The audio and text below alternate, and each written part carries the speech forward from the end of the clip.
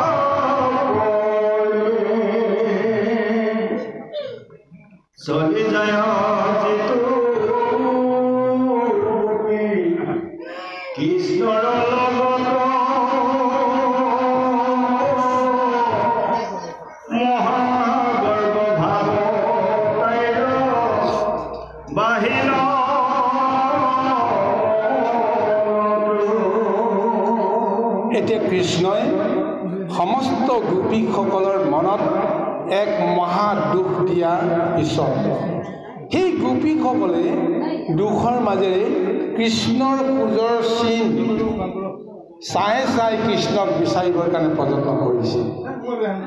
আৰু এই বৰ্ণনাৰ পিছত ভুকমুনিক প্ৰশ্ন কৰিছে পৰীক্ষিতে যে হে মহাগুৰু, কৃষ্ণৰ চৰিত্ৰৰ ৰহস্যৰ কথা অন্ত কৰিব নোৱাৰি, গতিকে মোৰ মনত এটা শংকা আহিছে, যিজন প্ৰভু ভগৱন্তৰ পূৰ্ণ কাম হৰি বুলি আমি জানিছোঁ বুজিছোঁ, আৰু সেইজনে তেওঁ কামনাৰ বশৱৰ্তী হৈ কামাতুৰ এজন পুৰুষৰ ৰূপ দেখুৱাই তেওঁ কি কৰিছে, তেওঁ নিজৰ পৰম দুখ আৰু অশান্তিময় এক লীলা তেওঁ দেখুৱাইছে। তেওঁ কোনো সুখ শান্তি নাই, তেওঁ ঘৰ বাৰী ত্যাগ কৰিলে, পৰ স্ত্ৰীসকলৰ মনোৰথ পূৰণ কৰিবৰ কাৰণে তেওঁ এনেদৰে লীলা কৰিবলৈ যাওঁতে, গতিকে তেওঁ যে কেতিয়াও সুখ শান্তিত যে সময়টো কটাব পৰা নাই লৌকিকভাৱে, আমি সেইটো দেখিছোঁ। গতিকে কি কাৰণে কৈছে, ৰাতি দিনে স্থিৰে মাত্ৰ পালি ঘূৰে আহ, স্থিৰ ভৈল ৰাজা কামাতুৰ ভৈল দাস। ৰাতিয়ে দিনে নাৰীসকলৰ স্ত্ৰীসকলৰ মনৰ পূৰণ কৰিবৰ কাৰণে, আশা পূৰণ কৰিবৰ কাৰণে তেওঁ এতিয়া নিজেই সমস্ত নিজৰ আশা ত্যাগ কৰি দিছে, ঘৰ বাৰী ত্যাগ কৰিছে, পিতৃ মাতৃ ত্যাগ কৰিছে, পৰ স্ত্ৰী পৰৰ নাৰী বা নিজৰ ভাৰ্যা, এই সকলো কথা চিন্তা কৰি নিজৰ কথাও পাহৰি গৈছে। আৰু দেখো যে তেওঁ যে ৰজা হয়, তেওঁ সকলোৱে পূজা কৰিব লাগে। এতিয়া তেওঁ ওলোটাকে যে ৰজা যেন কোনোবাহে হ'ল, তেওঁ যেন দাসৰো দাস হ'ল। আজি নাৰীসকলক মনোৰথ পূৰণ কৰিবৰ কাৰণে নিজৰ ৰাজধৰ্মটোৰ কথা তেওঁ পাহৰি গ'ল, তেওঁ দাসত্ব ধৰ্মহে তেওঁ যে পালন কৰি দেখুৱাইছে। অনেক লাঞ্ছনা আছে কামী পুৰুষৰে, স্ত্ৰীৰ দুৰ্জন ভাৱ শুনা আঁতৰে। তাৰপিছত কৈছে যে লাঞ্ছনা বঞ্চনা এই সমস্তবিলাক কামী পুৰুষে পাবই লাগিব। এইটো এটা লীলা স্বয়ং কৃষ্ণই কৰি দেখুৱাইছে। এতিয়া নিজেই 1600 গোপীৰ লগত লীলা কৰিবলৈ যাওঁতে এইটো দেখুৱাইছে। তেওঁৰ মতে তেওঁ এই লীলাটো কৰা নাই। তেওঁ 1600 গোপীৰ লগত কামনাত তেওঁ বদ্ধ হোৱা নাই। কোনো এগৰাকী গোপীক একান্তভাৱে পাবলৈ তেওঁ বাঞ্ছা নাই। কিন্তু প্ৰত্যেকগৰাকী গোপীয়ে তেওঁকেই বিচাৰিছে কাৰণে এতিয়া তেওঁ নিৰ্বিবাদ তেওঁলোকৰ মনোৰথ পূৰণ কৰিবৰ কাৰণে তেওঁলোকক সহযোগ কৰিছে।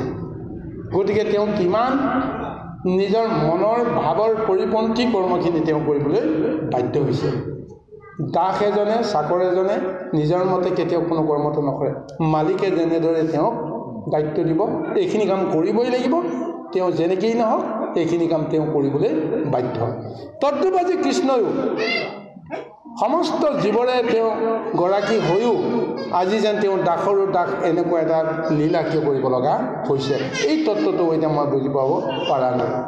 আৰু কৈছে কি, যিগৰাকী গোপীক তেওঁ লগত লৈ গৈছে সেইগৰাকী গোপীৰ অন্তৰতো মহা গৰ্বভাৱ আহিল কেনেকৈ? আমিতো নিজৰ মতেতো কোনো কাম আমি কৰিব নোৱাৰোঁ। এই কথাটো আমি পাৰমাৰ্থিকভাৱে আমি জানো, বুজোঁ। মই এটা ভাবোঁ, এটা ভাৱনাও মই নিজে ল'ব নোৱাৰোঁ। চিত চেতনা তেওঁৰ যিটো জ্ঞান বুদ্ধি দিব সেইখিনিক লৈহে আমি কৰ্মখিনি কৰোঁ। গতিকে তেওঁ যিগৰাকী গোপীক লৈ তেওঁ মহাৰংগলীলা কৰিবৰ কাৰণে গৈ আছে লৌকিক দৃষ্টিত, কিন্তু সেইগৰাকী গোপীৰ অন্তৰত কিয় অহংকাৰী চেতনাটো জগাই তুলিলে? গতিকে মহাগৰ্ব হৈ গ'ল যে 1600 গোপীয়ে যিটো কৰিব নোৱাৰিলে মই সেইটো কৰিব পাৰিলোঁ। অৰ্থাৎ সকলোতকৈ মোকেই বেছি ভাল পায় তেওঁ নিজক নিজে প্ৰমাণটো লৈ এতিয়া গৰ্ব কৰিব লগা অৱস্থালৈকে আহিল। গতিকে গৰ্ব কৰি যেন কৃষ্ণক পাব পাৰি, অহংকাৰ কৰি যেন কৃষ্ণক পাব পাৰি। গতিকে তাৰ পিছত এতিয়া কি লীলা কৰিবলৈ গৈ আছে এতিয়া শুকমণিয়ে গোটেই কথাখিনি বিশ্লেষণ দি আছে। আহক আমি পৰীক্ষিতৰ জৰিয়তে আমি সমস্তখিনি কথা শ্ৰৱণ কৰোঁ। কৃষ্ণ কৃষ্ণ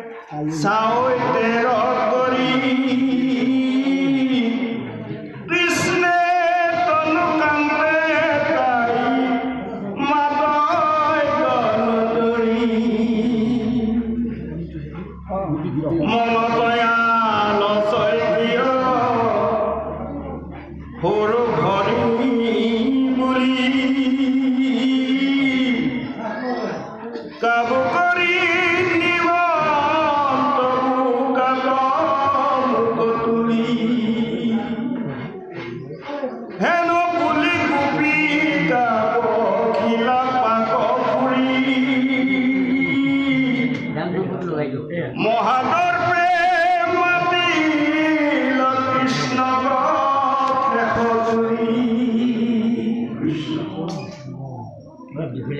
এৰাম হেন কৃষ্ণ কিনো তুমি দাৰুণ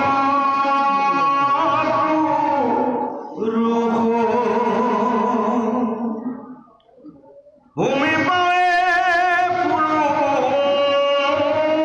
মই জীৱন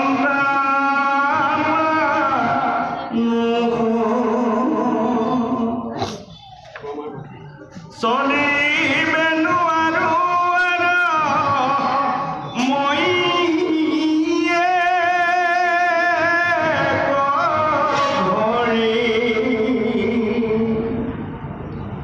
যোগে মন নিয়াবে যেন কৰি স্বভাৱে চঞ্চল স্ত্ৰী আৰু পাইলে তাই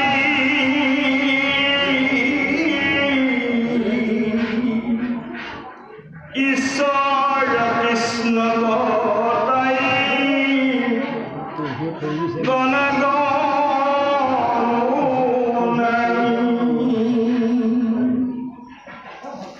শুনি হেন হৰি লীলা তাইক হাসি যাইবে যেবে নাপাৰা কাণ উঠাই আহি কৃষ্ণ ইমান সুন্দৰভাৱে এই মহাবৰ্ণনাটো দিছে। খন্তেক আগতে বিষয়টো অকণমান আমি আলোচনা কৰিছিলোঁ। এইখিনি বিষয়ে এতিয়া সুন্দৰভাৱে এতিয়া পদৰ উল্লেখ কৰিছে। যিগৰাকী নাৰীয়ে কৃষ্ণৰ পিছে পিছে আহিছিল বা কৃষ্ণৰ হাতত ধৰি আহিছিল, সেইগৰাকী নাৰী অন্তৰ সেই ভাৱনাটো আহিল যে মোৰ সমান সৌভাগ্যৱান নাৰী নাই। সমস্তে আজি কৃষ্ণক পাবলৈ আহিছিলোঁ, কিন্তু বাকী সমস্তে নাপালে, অকলশৰে মইহে কৃষ্ণ পালোঁ। গতিকে এতিয়া কৃষ্ণই মোৰ কথা কোনো কাৰণতে অনাদৰ কৰিব নোৱাৰে।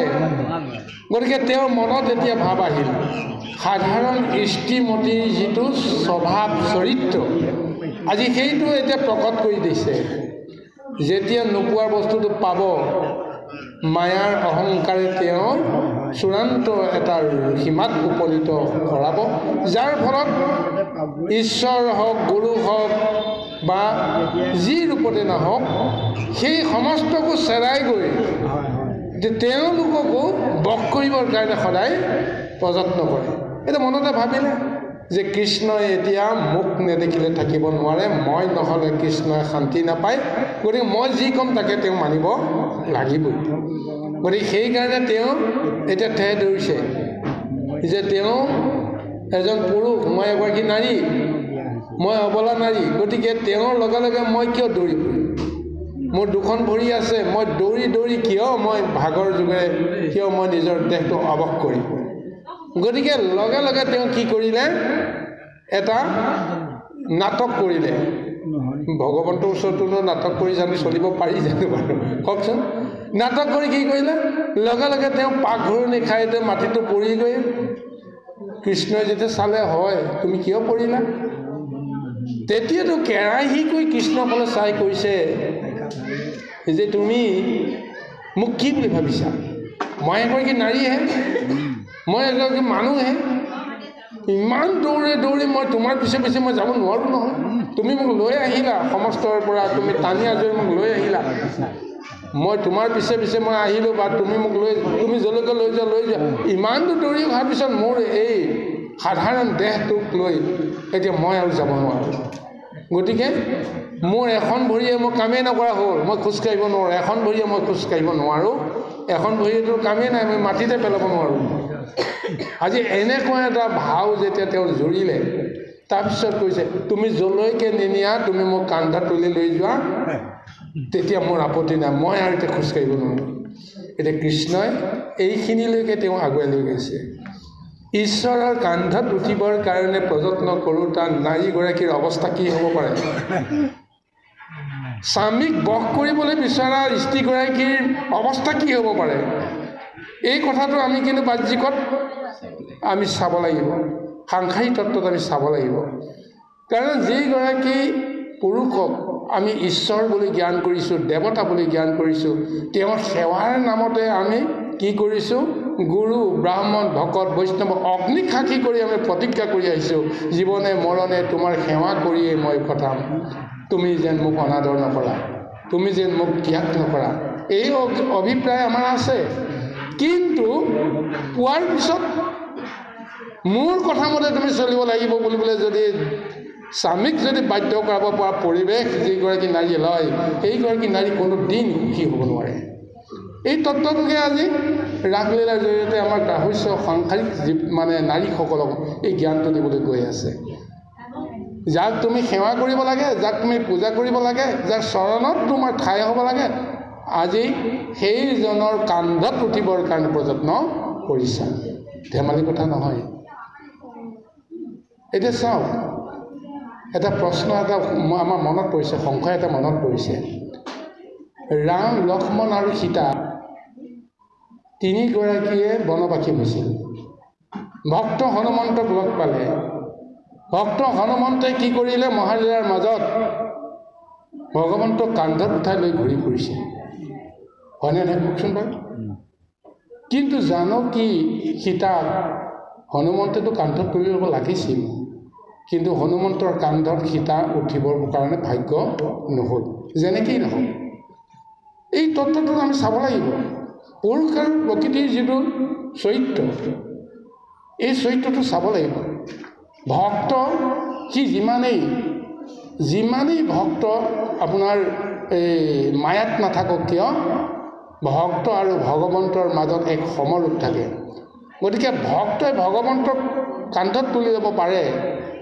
ঠিক তেনেকৈ ভক্তইও ভকতক কোলাত তুলি ল'ব পাৰে কিন্তু যেতিয়া শিৰত তুলি ল'ব কান্ধত তুলি ল'ব তাৰ প্ৰক্ৰিয়াটো বেলেগ গতিকে ভক্তক যদি আমি সঁচাকৈ ভগৱন্তৰ লগত এক বুলি ভাবোঁ তেতিয়াহ'লে কেতিয়াও প্ৰকৃতিৰ ওচৰত মায়াৰ ওচৰত তেওঁ বশ হ'ব নোৱাৰে গতিকে মায়াৰ ওচৰত যেন বশ হ'ব নোৱাৰে তাৰ প্ৰতীক ৰূপে আজি সীতা তেওঁ মাতৃ বুলি গণ্য কৰিব পাৰে কিন্তু প্ৰকৃতি বুলি তেওঁ ক্ষীৰত তুলি ল'ব নোৱাৰে এইটোৱেই হৈছে ডাঙৰ পাৰমাৰ্থিক তত্ত্ব কিন্তু আজি এইগৰাকী নাৰীয়ে ঈশ্বৰ বুলি জনাৰ পিছতো ঈশ্বৰৰ কান্ধত উঠিবলৈ প্ৰযত্ন কৰা স্বামীৰ কান্ধত উঠিবলৈ প্ৰযত্ন কৰা নাৰীৰ যিটো দুৰ্গতি আজি এই কৃষ্ণৰ কান্ধত উঠিবলৈ প্ৰযত্ন কৰা নাৰী ৰূপে আজি সেইগৰাকীও সেইটো দুৰ্গতিয়ে হ'ব এইটো শিক্ষা দিবৰ কাৰণে